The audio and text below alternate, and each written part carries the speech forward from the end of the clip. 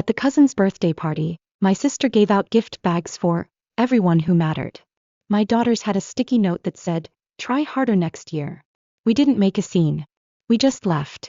The next morning my sister opened her front door and screamed so loud the neighbor called the police. I wish I could say I was shocked. I wish I could say that when I saw what they gave my daughter, my blood ran cold, or that time slowed down, or whatever it is people say in those dramatic movie moments. But the truth? It felt like something I'd been waiting for. Not in a hopeful way, in a dread-heavy of course is coming kind of way.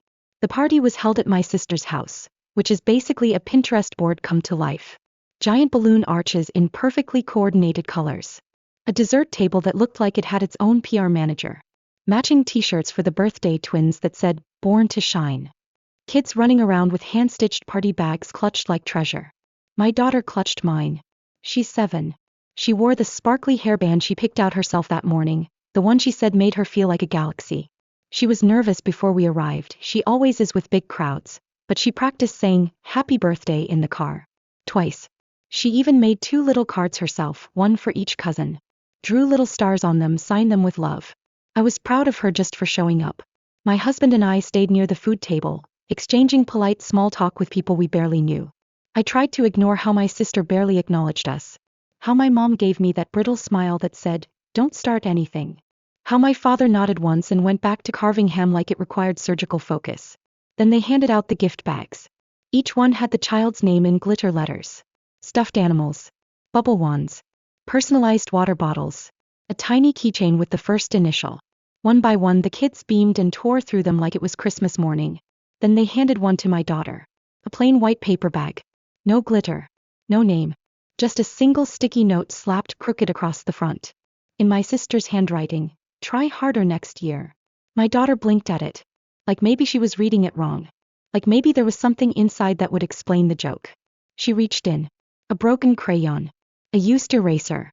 A wrapped peppermint that looked like it had been rattling around in someone's purse. That was it. I saw her throat tighten. She glanced at me. I felt her small fingers inch toward mine like she was bracing for something, like maybe she thought she had done something wrong. And then came the laughter.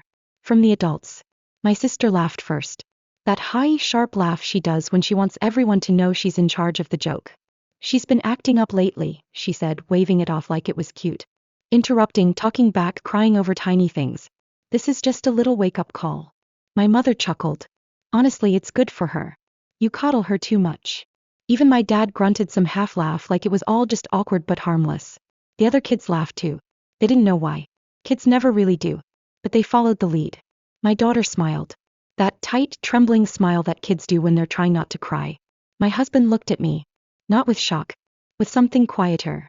Steadier. He crouched beside her. Took the bag gently from her hands and said, "You don't need this. Let's go get some real cake." We stood up. I didn't say a word. Neither did he. We took her hands and walked out of that house like we were walking out of a burning building. No one tried to stop us. No one called after us. Not even my sister.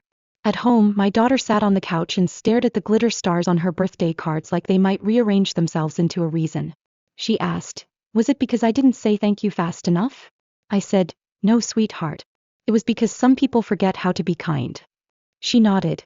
Pressed the cards to her chest like they might guard her heart. She fell asleep on the couch, curled up under the soft throw blanket her dad gave her last Christmas. The one that says you are safe. You are strong. You're loved. I sat in the kitchen while my husband made tea. Neither of us said much. We didn't have to. This wasn't new. Just final. After a while he said, "I paused the payments. The rent, the grocery card, the electric fund. All of it." I nodded. I opened the drawer where we kept the important stuff. Pulled out the folder I'd been adding to quietly over the years. Text messages. Photos. A printout of the email where my sister asked if I could take care of her kids for a week so she could go on a much-needed solo reset trip. The Venmo receipts. The one where I covered our parents' property tax and they said, "We'll pay you back after the cruise." The folder was thick. I added one last thing. The sticky note. "Try harder next year." I slipped it into a clear sleeve. Right on top. My husband watched me. Didn't say a word. But when I looked at him, he nodded. Not like someone giving permission. Like someone saying, "Finally." Tomorrow morning I'd drop something off. Quietly. No message. No confrontation. Just truth. They wanted to teach my daughter a lesson? Fine. They were about to learn one too. It didn't start with my daughter. That's the part that really hurts. It should never have reached her. She should have been safe, protected, loved by her entire family, not just the one she was born into. But it did start long before her. It started with me. Growing up in my house meant learning how to perform. How to twist yourself into whatever version of a child got the least amount of criticism that day. It meant reading the room before you even learned to read a book.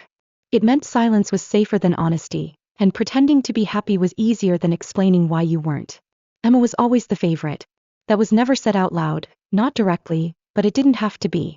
It was in the tone of voice my parents used when they spoke to her. In the way they lit up at her stories even when they were dull. In the way my accomplishments were acknowledged with a distracted, "That's good," while Emma's most minor wins were met with celebration cake and 50 family group texts. I remember once in 3rd grade I came home clutching a certificate for perfect attendance. I had fought through colds and stomach aches just to earn that paper.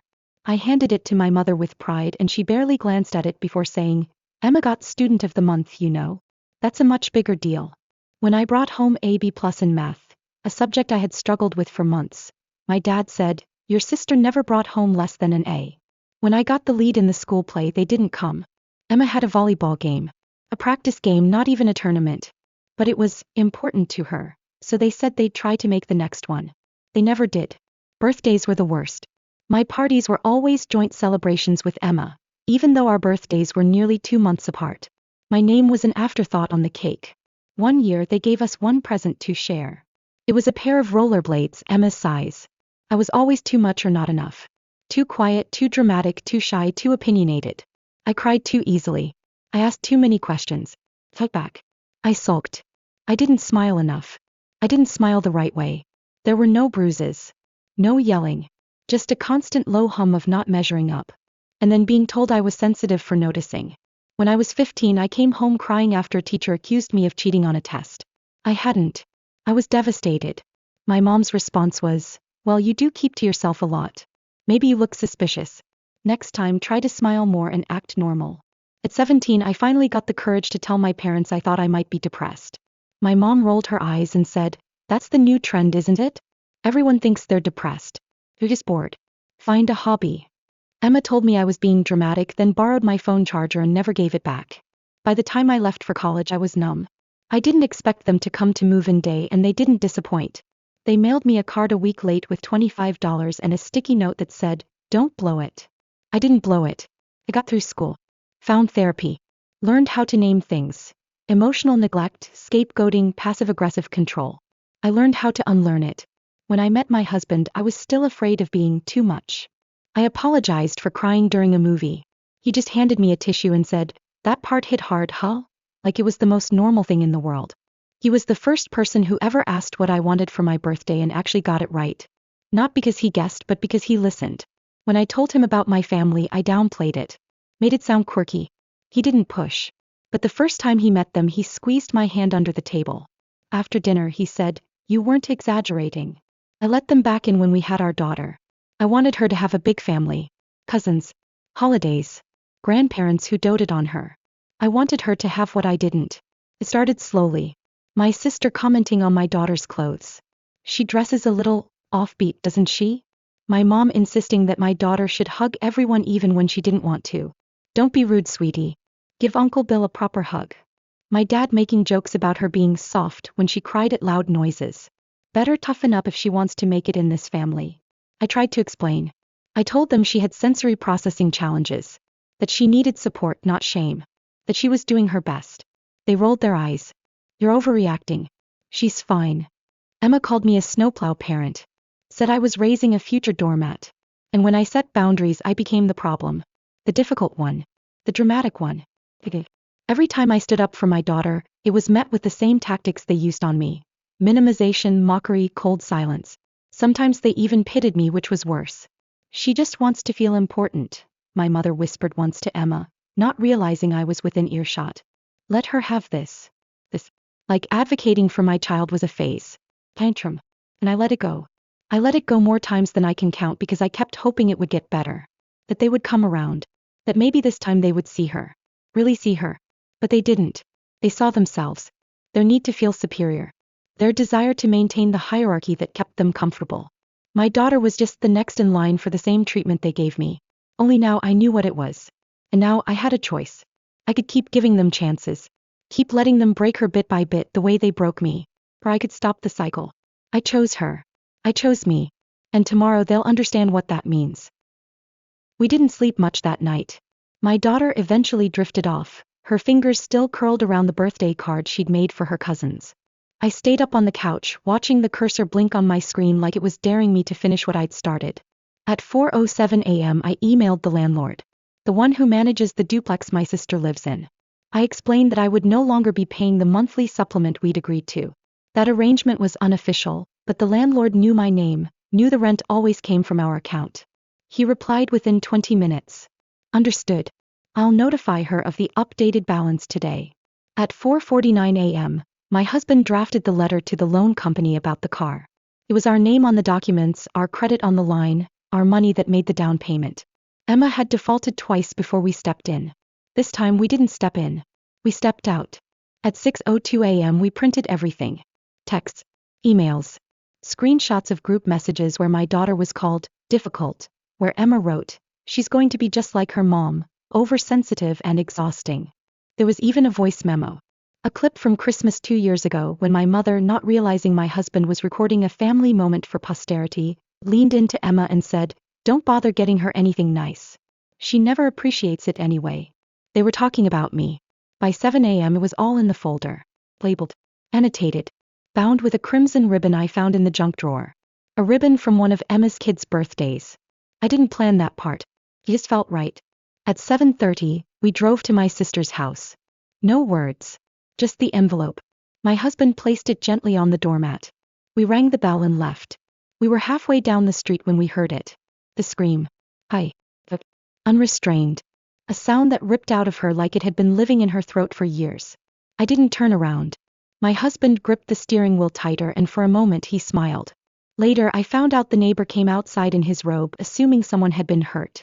He called the police when he saw Emma on the front lawn, red-faced and frantic, clutching the folder like it was radioactive. When the officers arrived she tried to tell them it was harassment. That her crazy sister was trying to destroy her life. They flipped through the folder. Then they calmly told her it was a civil matter. Nothing illegal. Nothing worth escalating. Just the truth. By noon my phone had exploded. 38 messages from my sister. The first few were all caps rants. What the hell is wrong with you? You think this is funny? Then came the guilt. We are family. You can't do this to us. Then the begging. Please, you can't just stop paying like this. Because of a joke. Then the threats. If you don't take this back you'll regret it. Walked. My mother called 4 times. Left a voicemail on the third. You've taken this too far. This family has always had problems but you just lit a match. What do you want from us? She sounded more angry than sorry. I didn't respond. Instead I sent the digital version of the folder to our extended relatives. My aunts, my uncles, my cousins. Not with commentary. Just a simple subject line. In case you ever wondered why we stopped showing up. By the end of the day I had 20 replies. Half of them were some version of, I had no idea. One cousin sent a single line. Good.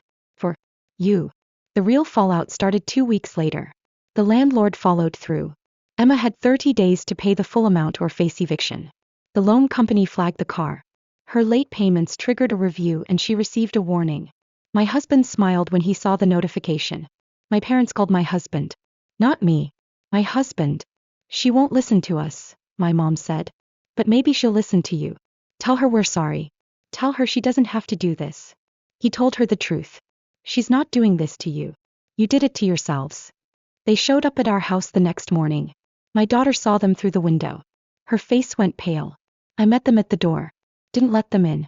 We just want to talk, my dad said. This is getting out of hand. No, I said. This is called consequences. My mom tried to cry. There were no tears. I didn't budge. They left a card in the mailbox. One of those generic sympathy ones. Inside it said, "We miss our family." I sent it back with a sticky note. So did I. And then I went back inside where my daughter was reading on the couch, her legs tucked under a blanket, her face peaceful. She looked up and asked, "Were they mad?" I shook my head. "They were loud." "That's not the same." She nodded. That night my husband took us out for ice cream. We didn't celebrate. We just breathed. But in that quiet breathing there was something new. Peace. And it was loud as hell. For about a week there was silence. Or rather, quiet rage humming just beneath the surface. My sister had gone nuclear, sure. But after the initial scream, the flurry of texts, and the failed attempts at guilt, things went dark. For a moment I thought maybe that was it. Maybe, finally, they had gotten the message. They hadn't. 10 days after the front door folder drop, my daughter came home from school with a note in her backpack. From Emma. It was on pastel stationery with little hearts on the edges, like it was meant for a child. Inside, the message was short. If you ever feel sad or confused, remember Auntie Emma loves you. You can call me anytime, even if your mom says no. My daughter looked up at me confused. Did I do something wrong? I felt the fury rise in my throat before I could stop it. This wasn't just about boundaries anymore. This was manipulation. Targeted, deliberate, and low. I called the school immediately. Turns out my sister had used one of her friends' names to get access to drop something off for a niece. No ID check. No oversight. Just a sticky smile and a name. That afternoon I filed a formal no-contact order. With the school, with the district, and with the police. I sent a cease and desist to both my sister and my parents. My lawyer sent a follow-up. 2 days later, a fake account started tagging me on social media. Calling me ungrateful. Posting blurry childhood photos with captions like, "Some people forget who raised them."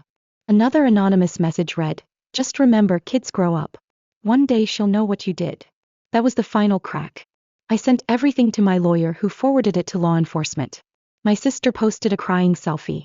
Captioned, "When your family turns on you." Cue the sympathy parade. Until the truth started leaking. Quietly. One aunt. Then a cousin.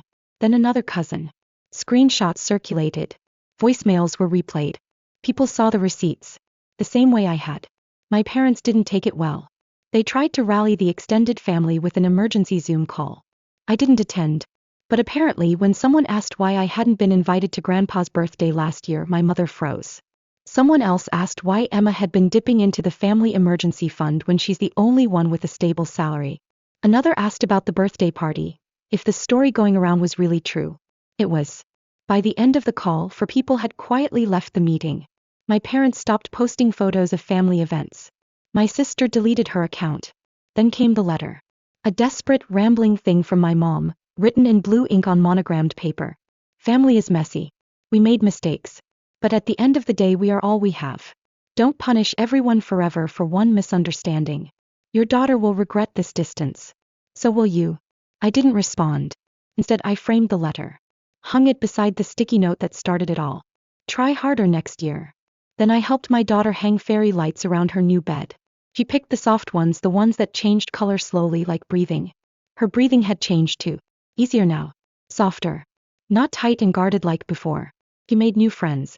2 girls from art class. Sweet, curious, gentle souls who didn't laugh when she needed to cover her ears or take breaks. She started sleeping through the night. One morning she told me, "My heart doesn't feel like it's buzzing anymore." I hugged her so tightly she squeaked. And then one last thing happened. At the end of the school year, her class hosted a family day. Students could invite one adult to sit with them, eat cookies, and see their art projects. She chose me, of course. Her project was a painting. Abstract, all swirling galaxies and soft pink comets. In the corner she had written in black paint, "Safe is better than big." On the drive home I asked if she wanted to stop for ice cream. She said yes, then paused. "Mom." "Yeah, baby. You did the right thing. Even if they call you mean. Even if they never talk to us again. You did the right thing." I blinked hard against the lump in my throat. "Thanks, sweetheart. That means everything." She leaned back in her seat, smiling. Later that night I checked my email one last time before bed. There was one new message. From Emma. No subject line. No salutation. Just 6 words. "Are you happy now? You won." I didn't respond. I didn't need to. Because she was wrong. I didn't win. I walked away. And for the first time in my life I didn't look back. Maybe I went too far. Maybe I didn't go far enough. Sometimes I still wonder if I should have said more at that party. Or if leaving in silence was the loudest thing I could have done. I wonder what my daughter will remember years from now. And what she won't have to unlearn because I stopped it in time. But now I want to ask you. If it were your child, would you have done the same? Would you have walked away? Fought back harder? Let it go? Tell me in the comments. What would you have done? Did I do the right thing or did I cross a line? And if you want more stories like this, raw, emotional, and honest, hit subscribe.